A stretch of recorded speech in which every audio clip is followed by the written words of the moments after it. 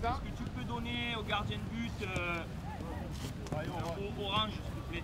Seulement 11 joueurs, dont 3 gardiens de but, ont pris part à la séance de ce lundi matin à Solbeni. Une séance dont le contenu s'articulait autour du travail physique et de la récupération.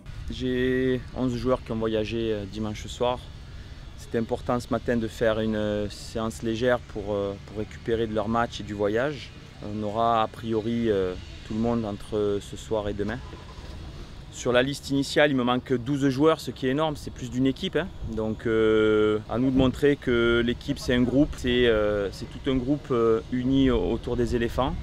Et aux joueurs qui vont rentrer dans l'équipe, à eux de montrer qu'ils ont tout le talent pour avoir un bon résultat à Maputo. En tout cas, ils ont toute ma confiance. Après 2 années d'absence, c'est Jean-Michel qui a retrouvé la sélection nationale y était avec beaucoup d'enthousiasme et d'ambition. C'est un réel plaisir. C'est une immense joie de retrouver des coéquipiers que j'avais perdus depuis un bon moment maintenant.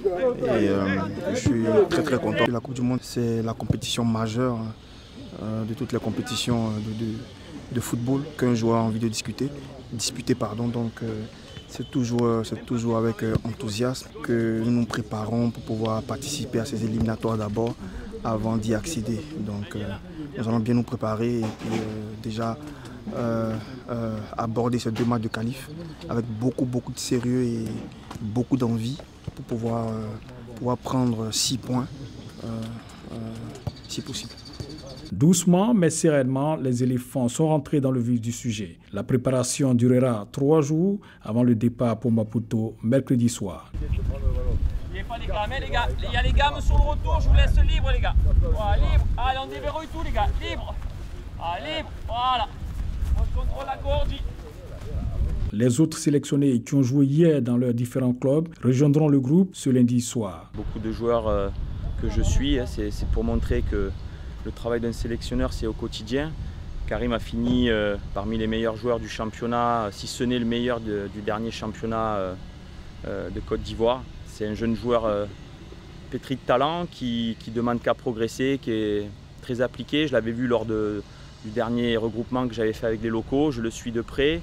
Ça fait plusieurs listes où il est dans les pré-convoqués.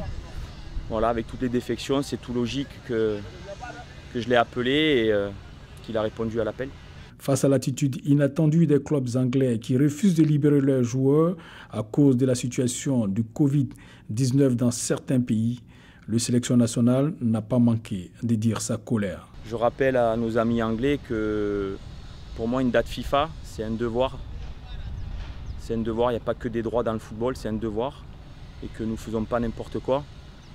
Donc je trouve ça inadmissible de ne pas libérer les joueurs. C'est vraiment le mot inadmissible. Après, ce n'est pas moi qui paye les salaires. Mais j'ai l'impression dans les échanges qu'ils font ce qu'ils veulent. C'est-à-dire qu'au début, ils se sont engagés à libérer les joueurs pour le deuxième match, c'est-à-dire qu'ils ne partent pas à Maputo. Je me suis engagé, j'ai donné ma parole qu'ils ne voyageraient pas. Maintenant, ils bloquent les joueurs. Donc je trouve ça pitoyable, c'est vraiment le mot. Je pense que la FIFA devrait nous soutenir, nous aider un petit peu plus parce que là, sincèrement, je construis un groupe. Heureusement que j'ai construit un groupe large.